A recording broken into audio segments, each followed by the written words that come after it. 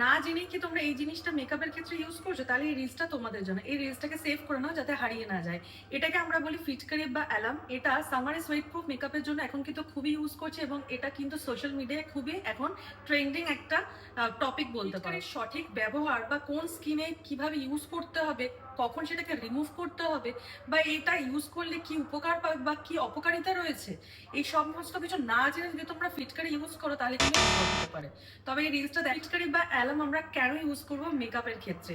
তো এই ফিটকারি হচ্ছে একটা ন্যাচারাল টোনারের কাজ করে, এবং এর মধ্যে অ্যাস্টিনজেন্ট থাকে বলে আমাদের যে ওপেন পোর্স রয়েছে সেগুলোকে মিনিমাইজ করতে সাহায্য করে বা শ্রিঙ্ক করতে সাহায্য করে, এবং অয়েলকে কন্ট্রোল করে। তাহলে বুঝতেই পারছো, যেখানে অয়েল কন্ট্রোল হচ্ছে বা তোমার পোর্স মিনিমাইজ হয়ে যাচ্ছে, সেখানে কিন্তু তোমরা সামারে এটা ইউজ করতেই পারো।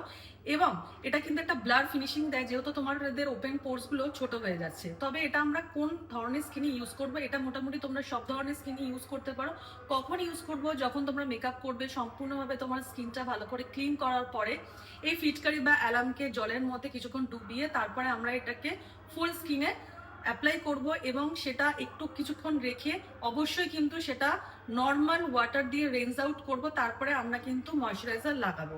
তবে এটা বলে রাখি যে ফুললি সেন্সিটিভ বা ফুললি ড্রাই স্কিনে কিন্তু আমরা এটা ইউজ করব না। এই ফিটকারি ইউজ করার আগে তোমরা কিন্তু একবার প্যাচ টেস্ট করে নিতে পারো, যাতে তোমাদের কোনো ধরনের স্কিনে কোনো রিয়াকশন হতে পারে কিনা।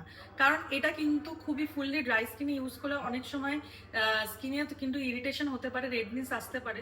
তো এই ধরনের প্রবলেম হলে তাহলে কিন্তু এটাকে আর ফার্দার রিপিট তোমরা করবে না।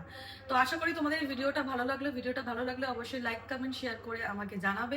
এরকম ধরনের ইনফরমেটিভ ভিডিওর জন্য অবশ্যই আমার পেজকে ফলো করবে।